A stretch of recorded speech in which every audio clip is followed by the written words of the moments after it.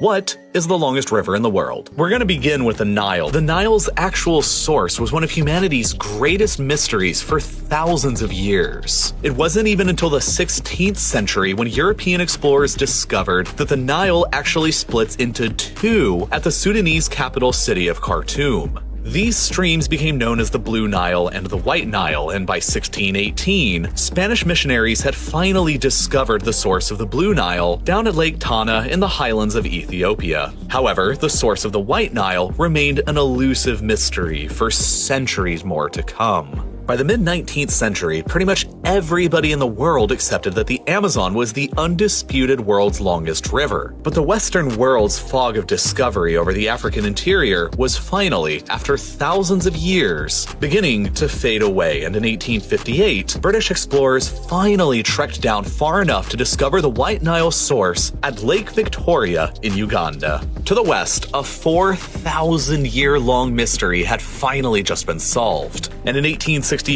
mapmakers measured the length of the Nile as originating here at the tip of Lake Victoria and flowing up to its mouth in the Mediterranean Sea past Alexandria. But this length was controversial. As the knowledge around the area of Lake Victoria expanded, this distance was also expanded by measuring the length of the river as beginning on the opposite side of Lake Victoria where the water is furthest from the river's mouth up north, which could be measured either by a straight line directly across the lake or by a longer curve around the lake's shoreline and then towards the river. And then it was even further discovered that there are multiple rivers around Lake Victoria which feed it, the longest of which was determined to be the nearly 600-kilometer long Kagera River, which begins in Rwanda. So, if you measure the Nile out as beginning here in Rwanda and then follow along the Kagera, and then measure out around the shoreline of Lake Victoria before measuring the White Nile up to the full Nile, and then from there up to the Mediterranean, you get a final length of about 6,650 kilometers and the world's longest river.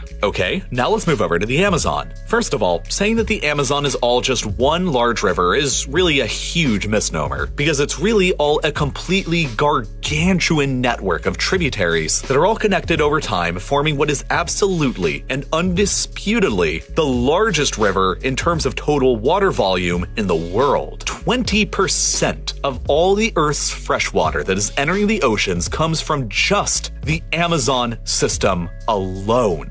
The Amazon's river basin is the largest in the world, and it's so big it could almost be considered an entire continent in its own right were it not attached to the rest of South America. As it stands, the basin covers nearly 40% of the entire South American continent, and it could swallow the entirety of France inside of it more than 11 times over. As time continued across the 17th, 18th, and 19th centuries, the Amazon River and the basin surrounding it continued to be explored more and more until it was eventually determined that there are more than 1,100 different tributaries that fed into the primary river. For many years, the furthest away source for the Amazon was believed to be the Apurimac River in the Andes Mountains of southern Peru, which from there to the river's mouth over on the other side of Brazil in the Atlantic gave it a traditional length of about 6,400 kilometers. Until the discovery of the Kagera River in Rwanda, this made the Amazon the world's longest known river. But after the Kagera was discovered, the Nile's official measurement placed it just 250 kilometers, or only 4% longer than the Amazon.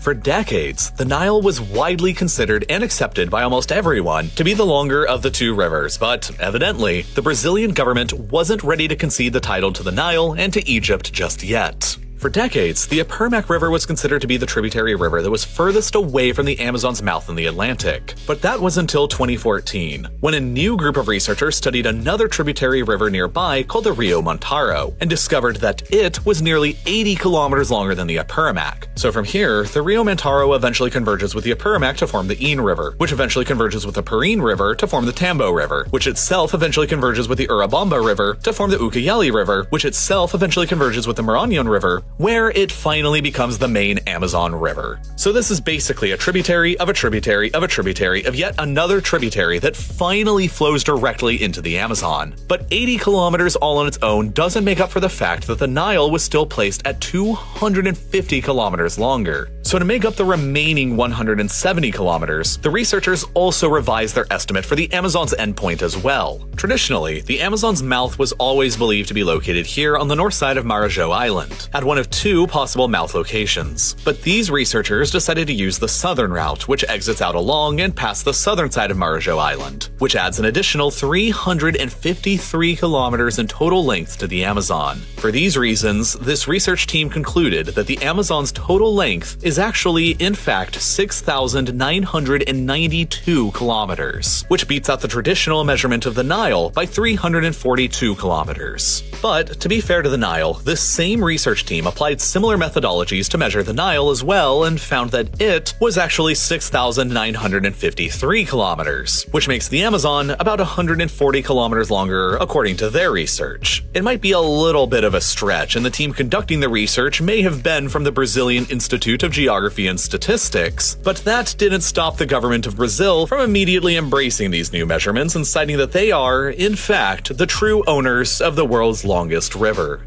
So yeah, the lesson here is that measuring things is probably more complicated than you thought it was.